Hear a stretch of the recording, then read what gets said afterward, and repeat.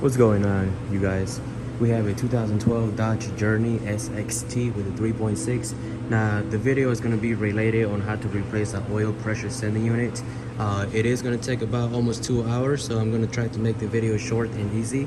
So first thing is first, let's go ahead and take this housing tube off for the air filter. But before you get to that, let's go ahead and remove at least the negative cable for the battery, okay? So clamp over here, clamp over there, break it loose, pull it out, wiggle it, and it comes off the back. Next step, we gotta take all those bolts off, which is 1, 2, 1 underneath this, 3, 4, 5, 6, and then one here, 7. Once you get that off, you gotta take this 10 millimeters, 8, and then another one, 10. You gotta break this all the way in the bottom off, 11, and then 12. Okay, so now that I have everything loose, like the ones I show you, you have to lift this up, just wiggle it until you get it out. It's actually all the way at the bottom. Is you see those push pretty much like this. It's all the way in the back, so you have to lift it up in the back and then wiggle it back so you can get to this bolt over here. Now, before you guys pull it out, you have to remove this 10 millimeters. There's one right here, and then the other one right here. Before you start lifting it out, you gotta remove every connector. So that one, 2, this hose, 3, the connector, 5, this hose right here, 6, and this other one right here, 7. And that's pretty much it. You should be able to lift this straight up. So now that we have everything unplugged, we should be able to lift this up and lift up completely, just like that. Sit it to the side. You can, if you want to, just pull this out too, so it don't be on your way. Just like that. Gotta take this foam off. And now the next step that we have to do is basically unplug every injector. 1, 2, 3, and then 4, 5, 6. And then we had to come back and unplug the fuel line. So we got the injectors unplugged on all 6 of them. We got the fuel line unplugged. What you have to do is pinch the sides and pull this line out. Just be very careful.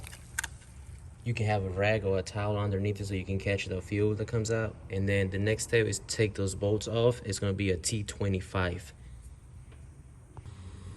So I know I told you guys to remove those T25, but in reality, I don't think you really have to. So what you can do is remove those bolts for the lower intake. So it's gonna be 1, it's also a number 8 millimeters. So 1, 2, 3, 4, 5, 6, 7, 8, and then you can just lift up on it.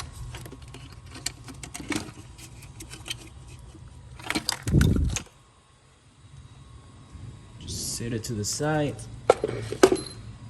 and then you can come up over here, and there goes the oil pressure sending unit. This one over here at the bottom, the one with the black connector, that's going to be your oil pressure sending unit. So we gotta get to that one. First we're gonna unplug it, and then we're gonna find the right socket that goes in there, and then take it out and replace it. Okay, so I'm thinking that it's probably gonna be easier if we lift this up and then disconnect this. And then the connector for the oil pressure sensor is right where my finger is, like right here. So press and move back, so it's like right here. So now I'm just waiting for the new one to get here so I can see what size is the socket. So I'm just gonna wait for the new one to get here so I can see. In the worst case, I'm probably thinking that I'm gonna have to remove this sensor so I can use some pliers and grab the bottom one to break it loose. But I'm hoping I don't have to do that and I can just use a socket.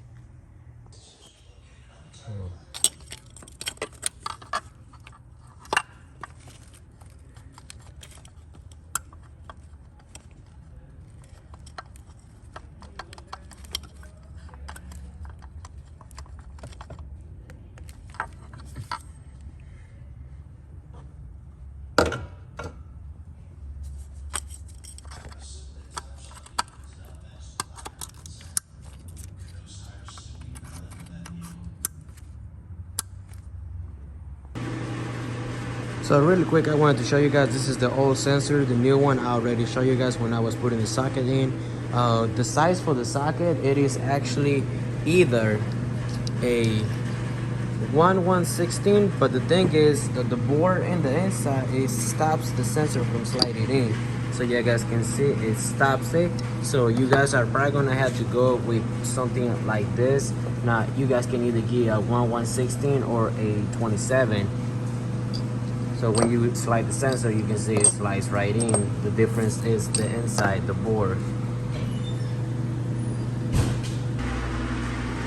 Okay guys, I'm sorry I wasn't able to show a video on how to put it actually back together or how to actually take it off, you know, step by step. I'm actually in the shop and I'm in under a time, so I needed to get this done, but I pretty much show you pretty much, you know, like the steps on what to take off and what you guys want to be expecting. So now that we have everything back together, we got all the connectors and the hoses back on too. The last step that you have to do is plug in the battery cable back on, put the cover on top of it, which is that one right there, and pretty much call it a day. So if you guys think that this video was helpful, give it a like, and if you have any questions, post them down in the comment section below. Thank you.